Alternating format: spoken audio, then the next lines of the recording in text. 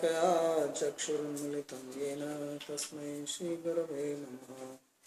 वन्देऽहं श्रीगुरो श्रीयुतपदकमलं श्रीगुरून् वैष्णवांश्च श्रीरूपं साग्रजातं सहगण रघुनाथान्वितं तं सजीवं साद्वैतं सावधूतं परिजनसहितं श्रीकृष्णचैतन्यदेवं श्रीराधाकृष्णपादान् सहगण ललिता श्रीविशाखान्वितांश्च। हे कृष्णा करुणा सिंधो दीनबंधो जगत्पते गोपेश गोपिका कांत राधा कांत नमोस्तुते। तप्त कांचन गौरांगी राधे वृंदावनेश्वरी वृषभानुसुते देवी प्रणमामि हरिप्रिये। नमो महावदान्याय कृष्ण प्रेम प्रदायिने कृष्णाय कृष्ण चैतन्य नामिने गौरत्विषे नमः। पंचतत्वात्मकं कृष्णं भक्तरूप स्वरूपकं भक्तावतारं भक्ताख्यं नमामि भक्तशक्तिकं। श्री कृष्ण चैतन्य प्रभु नित्यानंद श्री अद्वैत गदाधर शिवासदि गौर भक्तवृंद। हरे कृष्णा कृष्ण कृष्ण हरे हरे हरे राम राम राम हरे हरे। जन्माद्यस्य तोऽन्वयादितरतश्चार्थेषु तेने ब्रह्म हृदय आदिकवये मुह्यन्ति यत् सूरयः। तेजो वारिमृदां यथा विनिमयो यत्र त्रिसर्गो मृषा धाम्ना स्वेन सदा निरस्तकुहकं सत्यं परं धीमहि। नारायणं नमस्कृत्य नरं चैव नरोत्तमं देवीं सरस्वतीं व्यासं ततो जयमुदीरयेत्। स्वस्ति अस्तु विश्वस्य खलः प्रसीदतां ध्यायन्तु भूतानि शिवं मिथो धिया। मनश्च भद्रं भजता दधोक्षजे आवेश्यतां no मतिरोप्यहेतुकी। Reading from Srimad Bhagavatam, Canto 7, chapter number 7, beginning from verse number 29. So these are verses which are spoken by Prahlad to his classmates, who was instructing them about devotion. And in the previous verse we read where he explained that devotion to Lord is easily available because Lord is everywhere and one does not have to do anything special. One can even hear, chant or remember. So therefore he said that what is the use of spending so much time in acquiring various objects for such pleasure which give only very limited happiness. So he continues in the same vein. He says, Raya kalatram pashva sutadayo grihamahi kunjara kosha bhutayaha sarvertha kama kshana bhangurayushaha kurvanti martyasya kiyat priyam chala. Says, how much happiness actually can you derive from these material objects? And he lists them. He says, Raya means wealth. So wealth is very important. People work very hard for that, thinking that wealth will give happiness. And then Kalatra is wife or husband. So you also get married or have partners these days. Marriage is not so much in fashion. Living together as partners and thinking that together people will be happy. But that also does not work so well. And then next he says is Pashava, animals. In the past there were no cars. So people used to have horses or bulls, cows, thinking that can travel with them. get milk. And Sutadayo, some people also try to have children for happiness. But as they grow, then you realize what kind of happiness you get from them. And Griha, have a house, you have to pay tax. And insurance, and bills, and Mahi, land. So fights for that also. Kunjara Kosha Bhutaya, and elephants. If you are really rich, then like people have some Mercedes or Rolls Royce. In the past they used to have elephants. That was the symbol of being really rich. Somebody had an elephant. Horse itself was also a sign of wealth. But if you have elephant, then you're really rich. So Kosha Bhutaya, and then other wealth ornaments. Sarvartha Kama Shana Bhangurayusha Kurvanti Murtasya Kiyat Kriyamchala. So they say that all these objects and wealth, both of them, either you have wealth or you have objects which you acquire from wealth, he says that they are Kshan Bhangura. They can be destroyed anytime. Anybody can lose anything anytime, including your own life, says Ayusha. So even our life is not guaranteed that we will live so many years. You see people dying all the time. And if life is not there, then what happiness can we have? So Kurvanti Martyasya Kiyat Priyam Chalam. So he says how much pleasure actually you can derive from all these objects which are temporary. So obviously you cannot get permanent happiness from temporary objects. Anything which is temporary cannot give you anything permanent.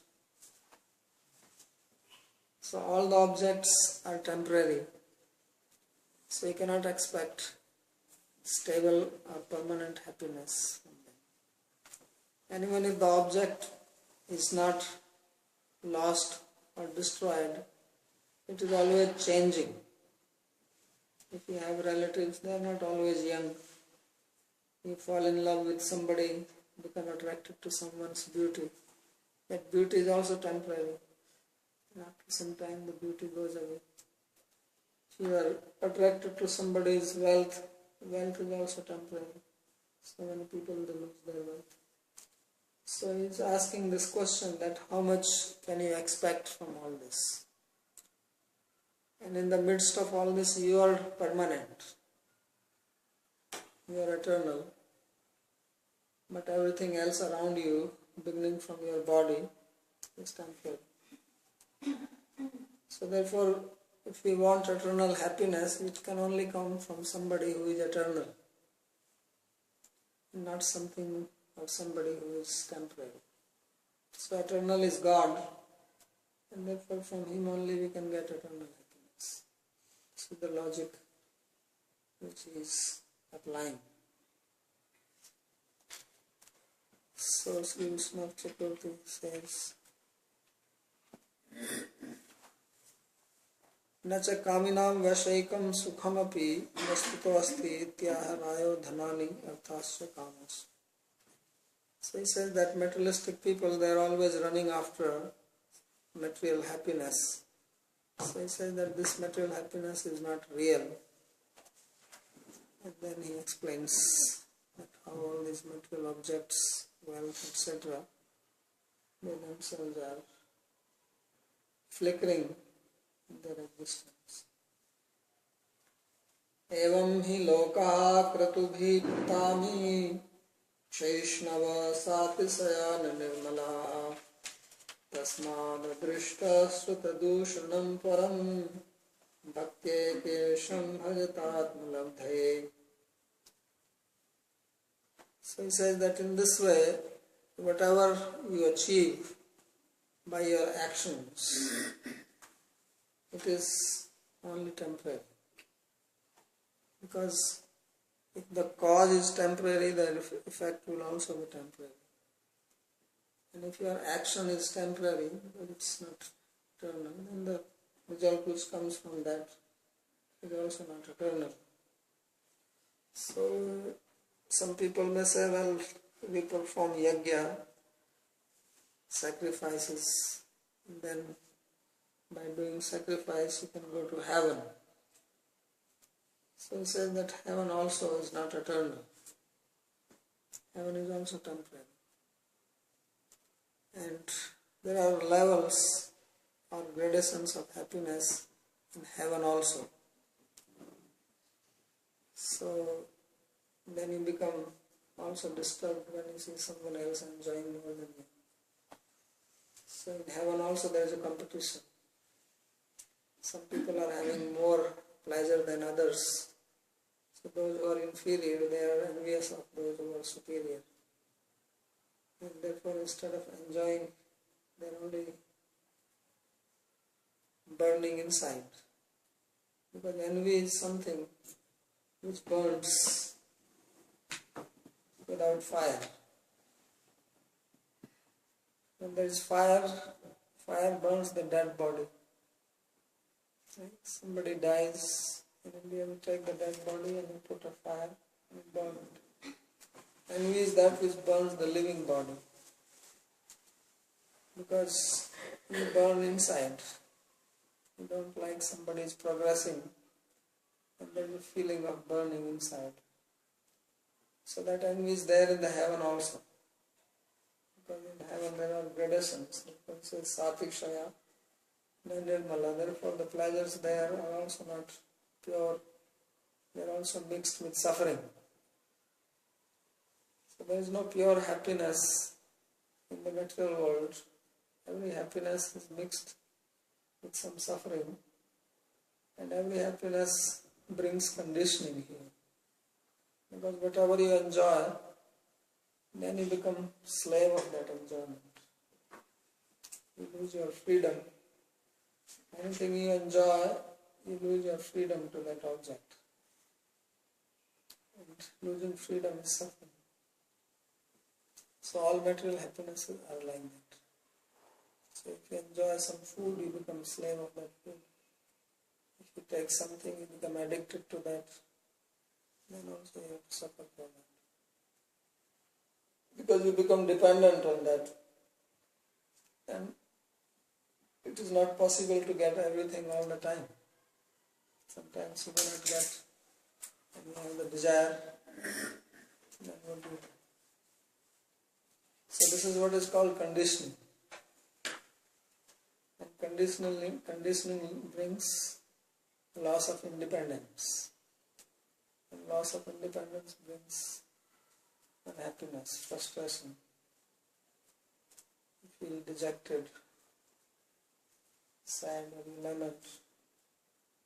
So therefore he is saying that Ami Chaishnava Sadhu Shayana Nirmala.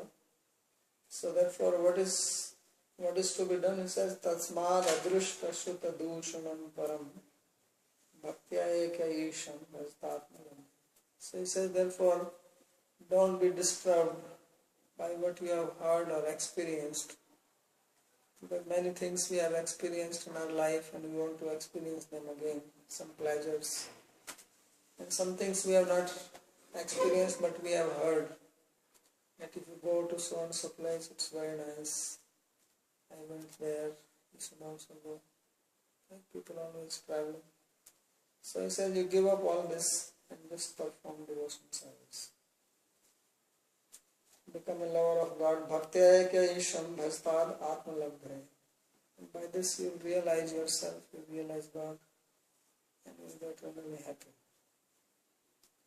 So this is the instruction which is being given by Prahlad to his friends. Swargadi bhogapi na sevarha itya.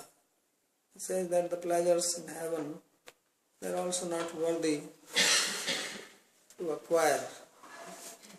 Why? Chaishnava, because they are also temporary. So yatheha karmachito loka kshiyate evameva amutra punyachito loka kshiyate. So just like the pleasure you acquire here by your actions here are lost after some time, then heaven is also lost in the same way, because heaven is also an outcome of your actions. So anything achieved by material action is temporary. And punya tartamyena satishaya spardhadi matyatvat.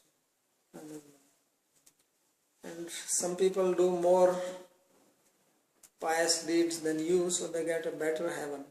Because heaven is not only one, there are many heavens, various grades of heavens. So those who have done better pious activities than you, they get a better heaven. And then you feel envious of them, you feel jealous. And nirmala, and even then those pleasures are not completely pure. So therefore we should only do devotional service. Atma labdhaye, atma kartrik hari praptaye, paramatma praptaye. So therefore we should make an effort only to realize God. This is what he teaches to his friends. Yadva atma रूप रत्नस्य प्राप्तये अन्यथा तत्स्वर्ग नरकादि कर्दमे चित्तम नष्टमेव ज्ञानित. So he says that the real thing to be acquired is your own self, which is now lost in ignorance. We know so many things, but we don't know our own self.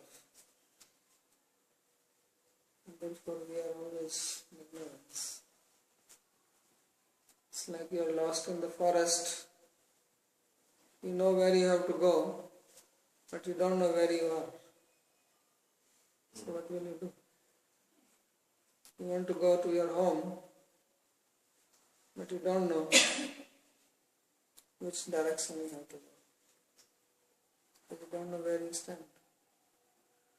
So when you have your GPS in your car, then first thing it tells you you are here.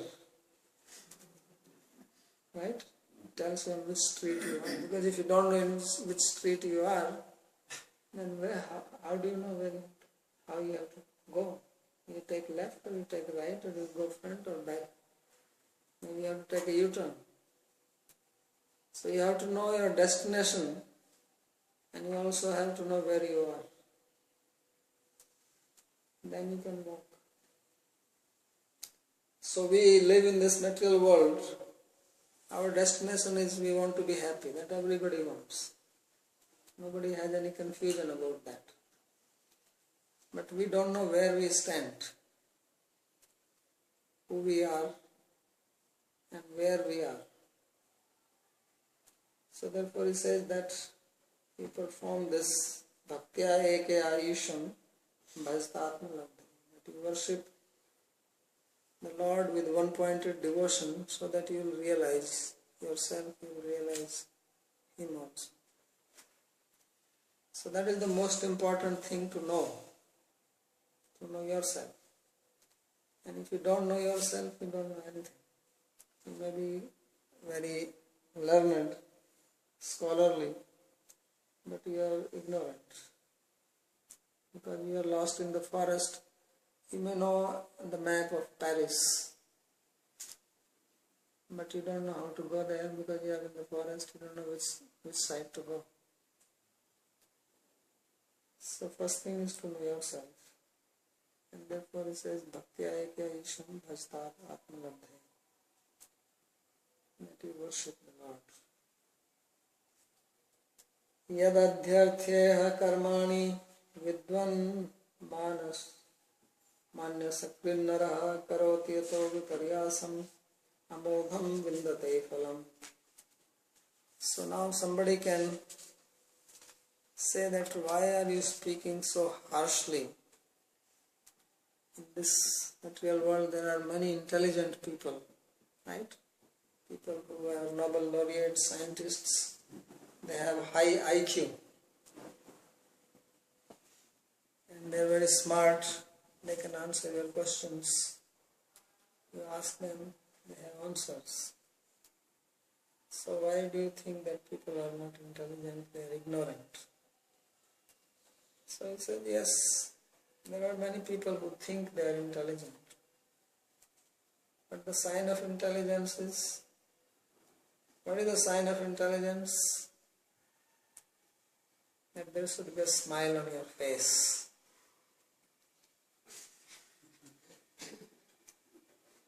No? Then what? There should be money in your pocket. Some people say sign of intelligence is money in your pocket, right? Some people say like that seems good. But if you have money in your pocket and you are miserable, no. There are many people who have money and they are not happy. Many rich people commit suicide. So therefore, sign of intelligence is happiness, right? That is the first thing Krishna teaches in Bhagavad Gita. First thing he says, asocyananva sochastvam pragyavadansya bhasashe gatasuna gatasansya nanu sochanti pandita. He says, a wise man is one nanu sochanti pandita, one who does not lament, who does not have a crying face, who looks happy. So he said, you are speaking very nice words, because Arjuna was also giving a lecture. He said, you speak very wise, intelligent words, but you are crying, you are lamenting. So what is the use? It's like your house is full of food and you are starving. So what is the use of having the food? So if you are intelligent, you are a wise man or wise woman, and you are unhappy, then what good is your wisdom? What good is your intelligence? So sign of wisdom is happiness. Right? Okay, thank you. This explanation.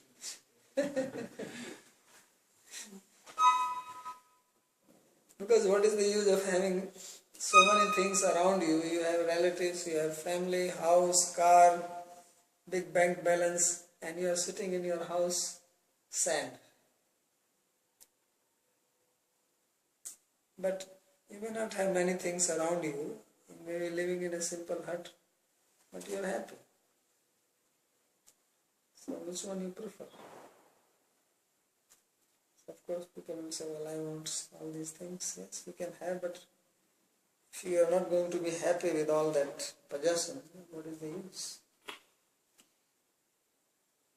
So this is what he is saying. He says, yadarthya adhyartheha karmani vidwan manya sakrinnana. He says that somebody who thinks he is wise, vidwan manya means one who considers himself as vidwan, wise, intelligent, and performs activities for happiness repeatedly, but he does not get that. Rather, he gets an opposite result.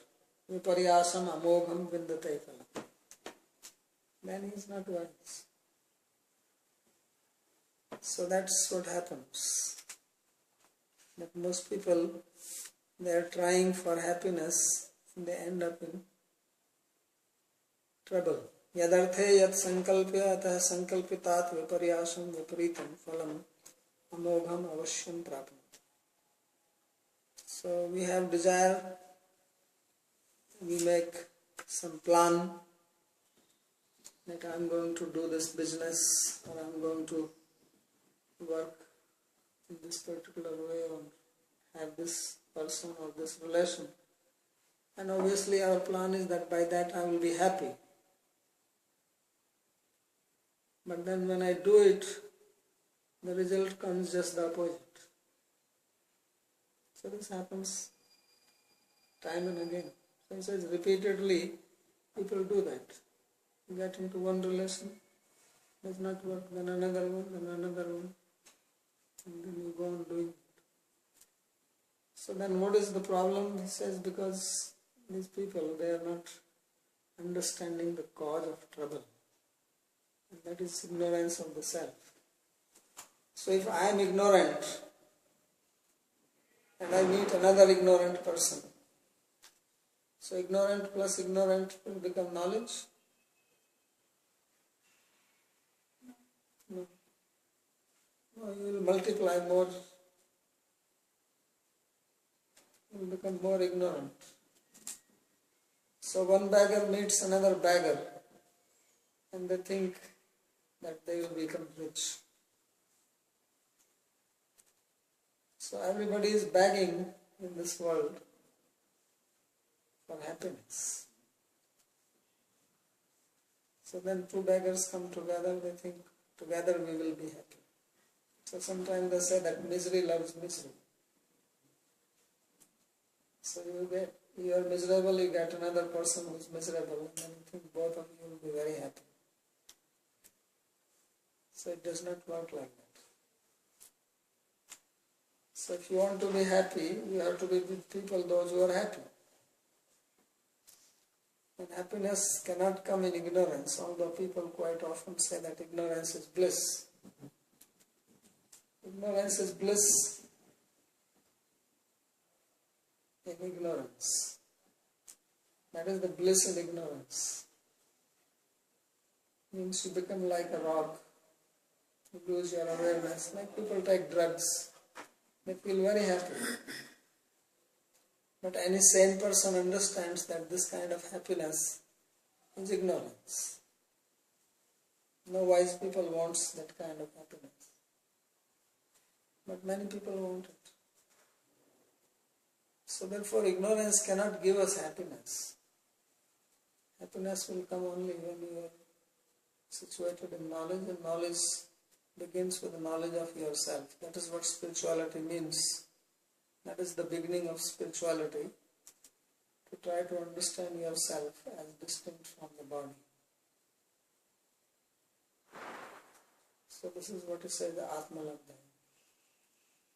That is the sign of wisdom. So sign of wisdom is, or use of wisdom is to know yourself. So that's at least Prahlad is telling me. Sukhaya dukha mokshaya sankalpa ekar karminaha sadapnoti hiya dukha manihaya sukha brutaha. So he says that people in this material world have two desires. Everybody. And it does not depend what is your nationality, what is your religion, what is your gender, to which age group you belong, or social group, or your economic situation. Everybody wants sukhaya, happiness, dukha mokshaya, and removal of suffering. So if you analyze your actions, they are either to attain happiness or to remove suffering. Only these two things we do. So sometimes we are trying to get happiness directly, like you are hungry, you eat food, or we are trying to get happiness by getting something else, which is a medium. You work, you get money. You may not like working, but you know that when I get money, through money I will buy something which will give me happiness. So either you are trying to work for happiness or for the means of happiness. Similarly, either you are working to remove your suffering or to get the means that will remove your suffering. This is what human mind is doing, and even unknowingly. You may not even consciously plan, but at least this is what even unconsciously we desire. That I want to be happy, I don't want to suffer. Sukham me syat, dukham ma bhut. This is the cornerstone of Indian philosophies. Indian philosophies are not just philosophy, okay, he is a great philosopher, or what? What did he achieve by the philosophy? So philosophy is to bring you happiness and take you out from suffering. So he says that everybody wants this. Sukhaya dukha mokshaya sankalpa ihe karma. So this is the sankalpa, this is the desire, this is everybody's intention behind their actions. But he says that what we see, that is different. We work for happiness, we end up suffering. We don't work for suffering, we get it. So there must be something wrong. Right? If I want to reach some destination and I take a road, and then after driving, someone says you drive 5 hours, you'll reach there. I drive 5 hours, and instead of reaching that place, I'm even 10 hours away from it. So that means I am driving in the opposite direction.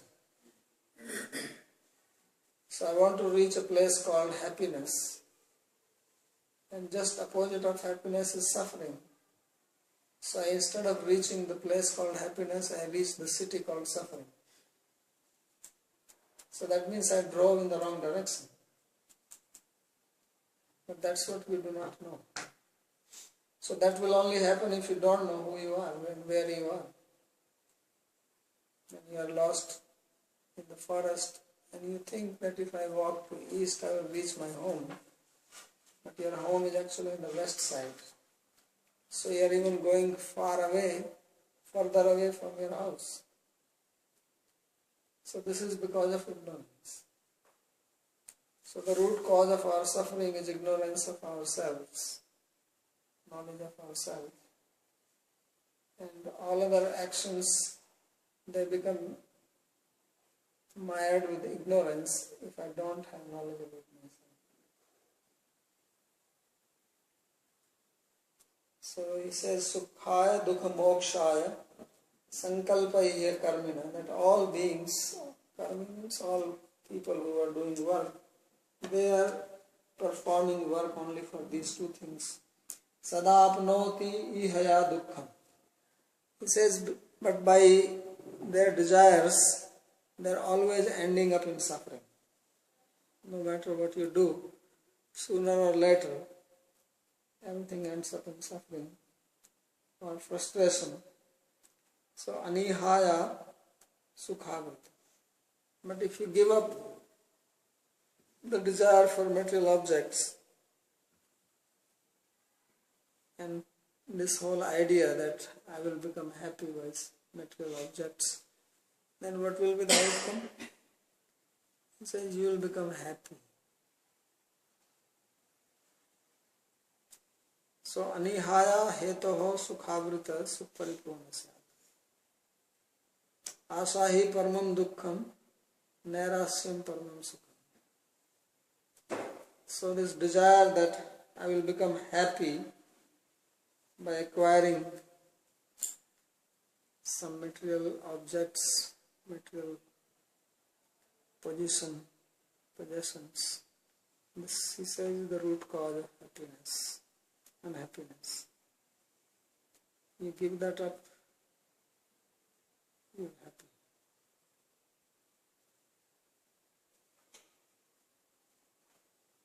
Kaman kamyate kamir yadartham iha purusha savidehastu parakyo bhangaro yasi upayaticha.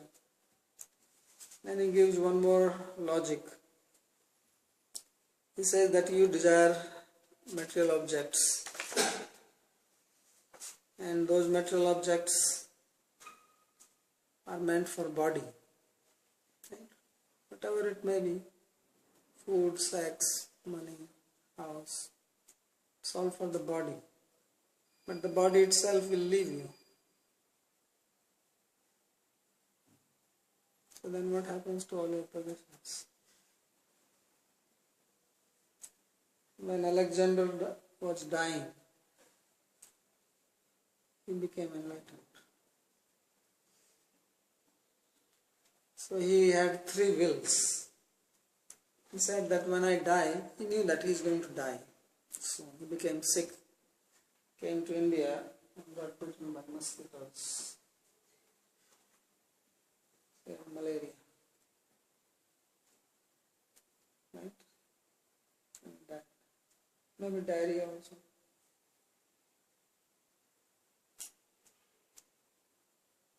Came to India, that was his last stop.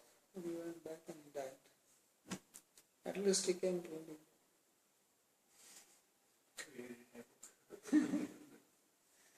But he learned something from India. So he said that I have three wills. And those wills are that when I die, he says my dead body should be carried by the topmost doctors. Not my family members, relatives. He says doctors will carry my dead body.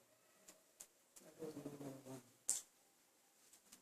Number two, when I am dying and my body is being carried to the grave, then there should be people throwing coins on my body.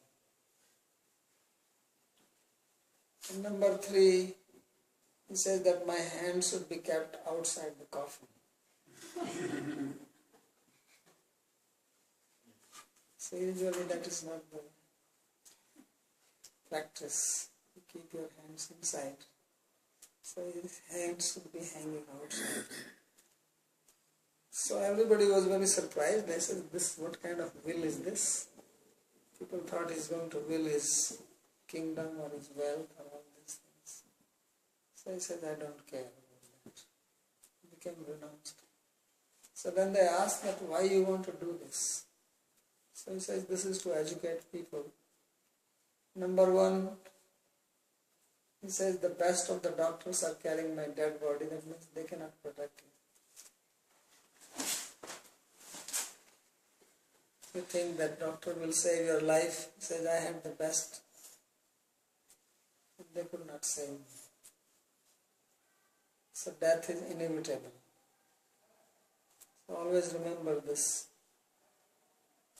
You can remember two things in your life, then your life will change. Number one, death. Number two, God. So if you can just remember this, that I will die. And this is not something imaginary or something out of this world. This is a fact. If something is certain, that is death. About other things we are not sure. But one thing is very sure, that I will die. So he says, remember this. And number two, remember God, because He is the one who is everywhere. So therefore Alexander said, let people know that death is inevitable. And number two, he says, people are very fond of wealth. He says, I plundered so many places, I got so much wealth. I don't carry a penny with me. Even they are throwing it at my coffin, I am not going to carry it with me. I read a joke. There was some man died and there were two friends of him, Christian. So they were going to the funeral. They had a friend, Jewish friend. So they said, this guy died, we are going there, would you like to join? He says, yeah, why not? So he came with them. So there was a special custom that everybody who was there, they were putting some money on the dead body, on the coffin. So these two friends, each one of them, they put 50 euro. So the other guy, he thought, well, since they are doing all, I also have to do it. So he took out a checkbook and he wrote a check of 150 euro and put on the dead body and picked up these 100 euros.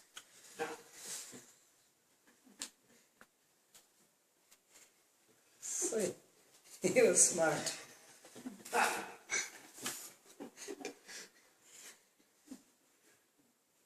Because the guy whose dad is not neither going to get 50 euro nor the check.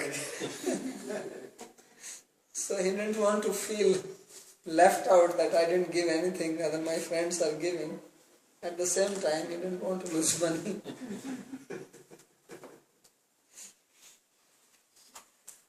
So that is Jewish intelligence.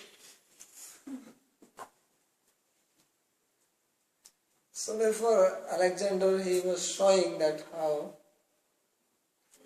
no one carries even one penny with him or her when someone dies. And then his hands were out. He wanted to show that, look, I am going empty hands. People think Alexander the Great, I own the earth, I own this kingdom, I own that kingdom. So many people behind me. He says, I go like this. So in Hindu there is a saying that when a child is born, he is born with closed fists. The baby's fists are closed. When a man dies, he is empty. So this is what he is trying to say, that kaman kamayate kamai yadartham ye purusha savai dehastu parakyo bhanguro yati upaiti. It says that you desire everything ultimately for the sake of the body. Whatever you are doing ultimately, even your happiness is for the sake of body. He says, but this body does not belong to you. And the proof is that when you die, the body will remain here, you will go. That's why he said this guy kicked the bucket. Or he is gone. So who is gone? So the self, the Atma, leaves and the body remains. And it is for this body that we perform all kind of legal, illegal, sinful activities. But body remains here. So for the very body for which we do all kinds of things, we tell lies, we cheat others, we deceive, we may steal, we may kill others. This very body will leave you one day. So why do such things? So therefore, remember two things. So there is this Doha by Narayana Kavi. That's दो चीज याद रखो, होगा तो कल्याण, नारायण एक मौत को, दूजे तो भगवान. So if you can remember these two things, at least one thing, that our body is temporary.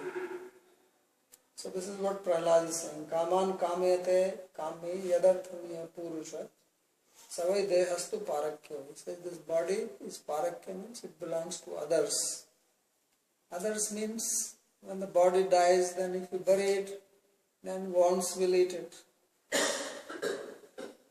If you throw it outside, then vultures, jackals, some carnivorous animals will eat it. If you throw it in water, then maybe some fish will come and eat it. So it is for others, not for you. So yati upaiti. This is the ultimate destination of this body whom we love so much. So this is knowledge which he is giving to his friends.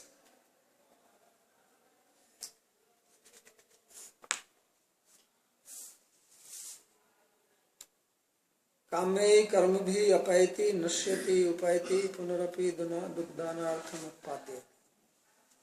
So body, by the karma, material actions, it attains something, or you attain this body by as a result of karma, and then it is destroyed. And outcome is just, it gives you dukkha, the suffering.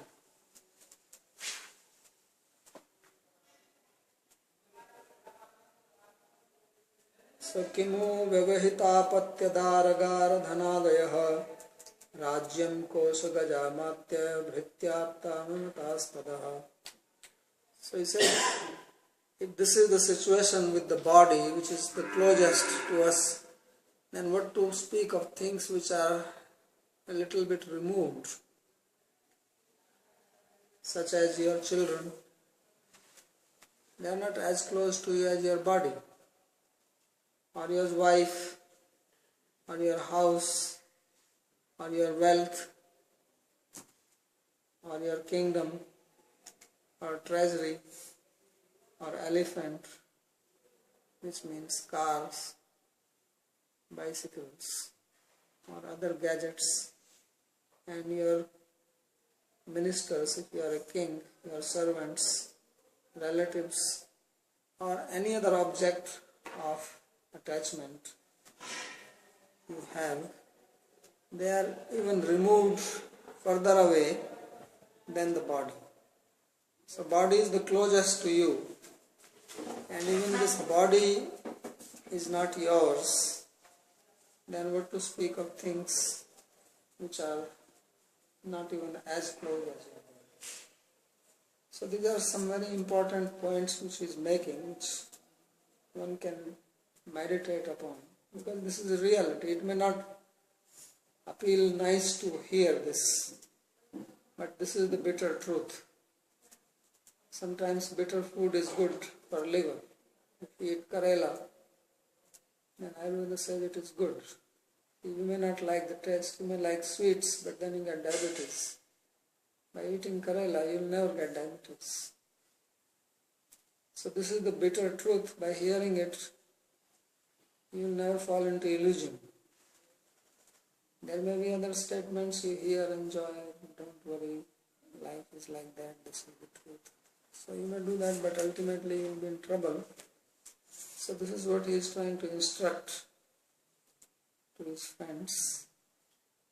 And we will stop here if there is any question on this.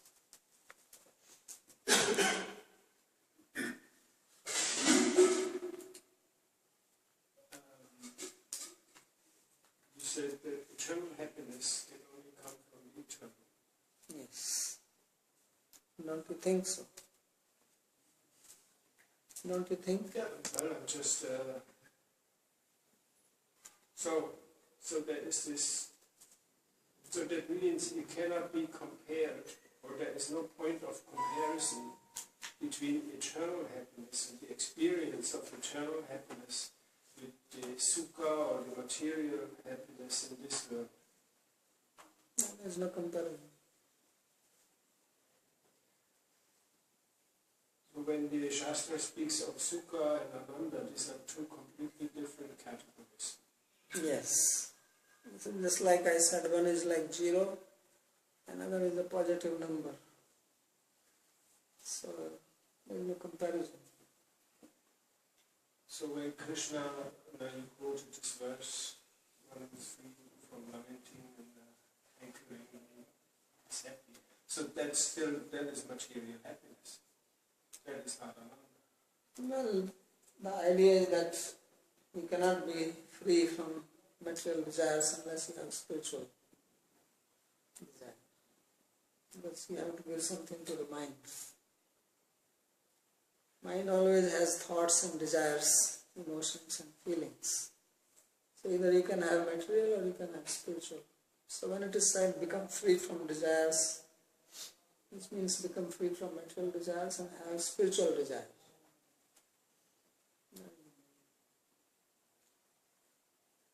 So whenever it is said that you become happy without desire, means that you have no material desires and you have spiritual. So because it is an eternal happiness, it comes from the eternal, it doesn't dwindle, it's not disappearing. It cannot disappear. So there is no reason for it to disappear. For material happiness there is a reason to disappear. And the reason is that the matter, the object itself changes. Your senses, they change. Your mind also changes. You like something, you eat it. So first bite gives you happiness, second bite maybe half of the first bite, third bite may not give you any happiness because your mind changed.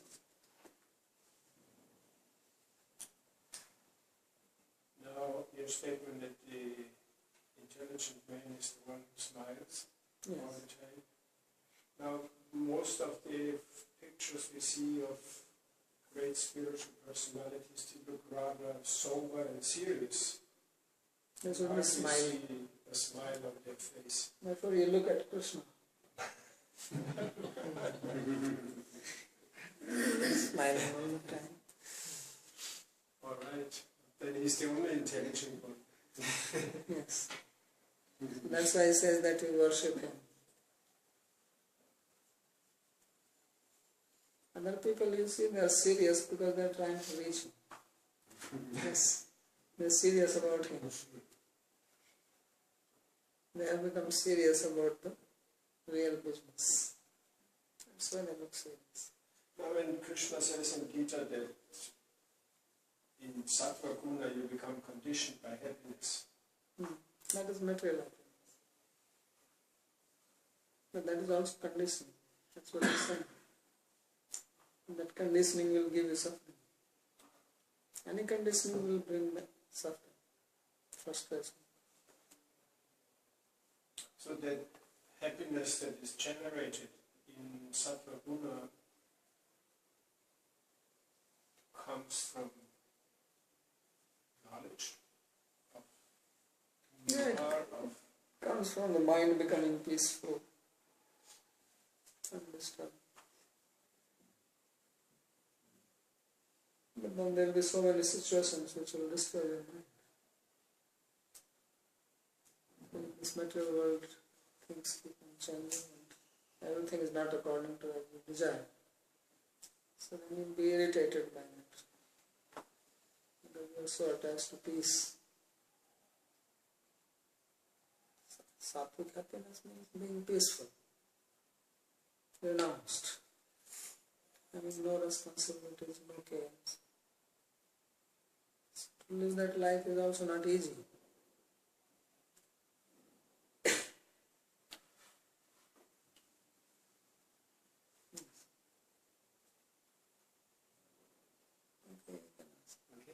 If I'm crying because of an emotional situation, it means I'm suffering. If I'm suffering, I cannot be happy. If I cannot be happy, I'm not intelligent. Yes. So, what can I do? So you don't have to be emotional about material things. There's no need to be emotional about material things. If you want to be emotional about God. So don't waste your emotions.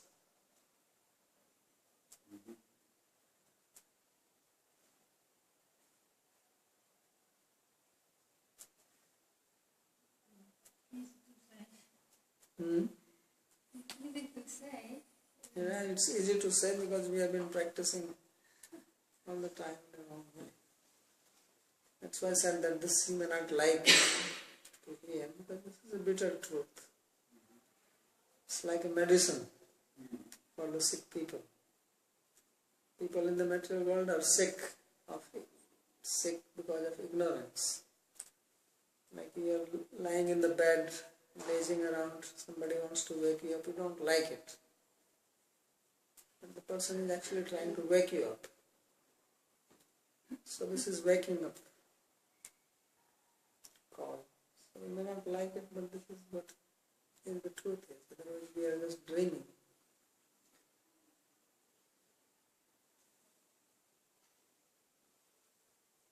So this happiness and suffering material is proportional to the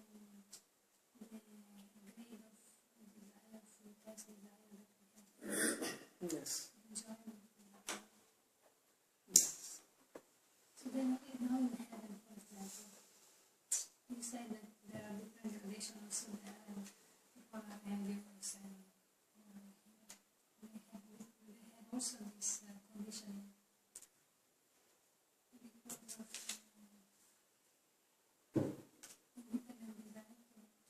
Because they go there, they want to enjoy. They just want to Why do they go to heaven? Not that they want to do some welfare to somebody.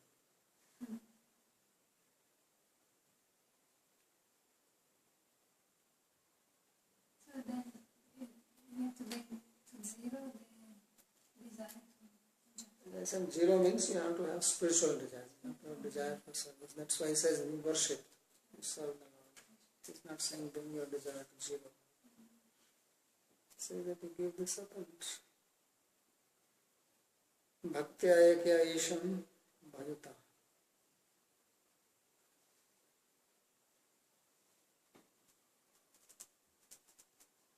Okay.